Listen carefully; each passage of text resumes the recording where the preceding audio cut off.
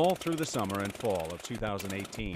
This 1909 French Blériot airplane quietly made world history at a small grass airstrip in New York State's Hudson Valley. Right now, this airplane is the oldest flying airplane in the entire world. At 109 years old, 110 years old, whatever it is.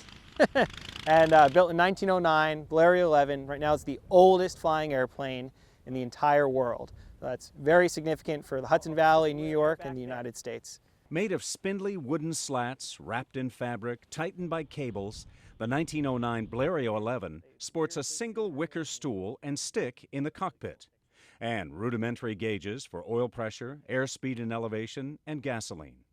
It was designed by and named for the first man to fly across the English Channel, Louis Blériot.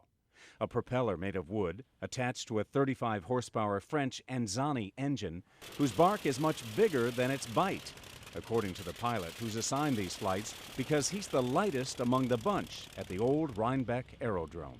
You know, it's an over 100-year-old airplane. The engine's a little tired, doesn't put out as much performance, and we got 50-foot trees around the runway here. So it's just a little safer. You know, you do a little flight demonstration, you show it can fly, and then, you know, we bring it back to the ground. Just keep it safe. This world-renowned airplane first arrived in the U.S. a few weeks after Blériot made his record-setting Channel flight in a similar plane. It was purchased by beer brewery heir Louis John Bergdahl and flown in air shows around Philadelphia, New York, and Long Island until Bergdahl stored it away in the barn rafters of his country estate and then disappeared from public life. He was embarrassed that his brother and fellow pilot, Grover Bergdahl, had become America's most notorious draft dodger of World War I. Then, in the late 1950s, Cole Palin, founder of the old Rhinebeck Aerodrome, rescued the plane, refurbished it, and began its 60-year flight reign in the Hudson Valley. Until now, the oldest airplane still flying has been another 1909 Blériot 11 in England. However, it recently suffered some engine problems and has been out of flying commission until at least 2019 and possibly even longer. So with little fanfare, this upstate New York airplane is now the oldest in the world still flying. And given its past, that is simply incredible. It is the oldest airplane in the world still flying, but just barely. A few feet off the ground and then back down to safety and security for a plane that is now priceless.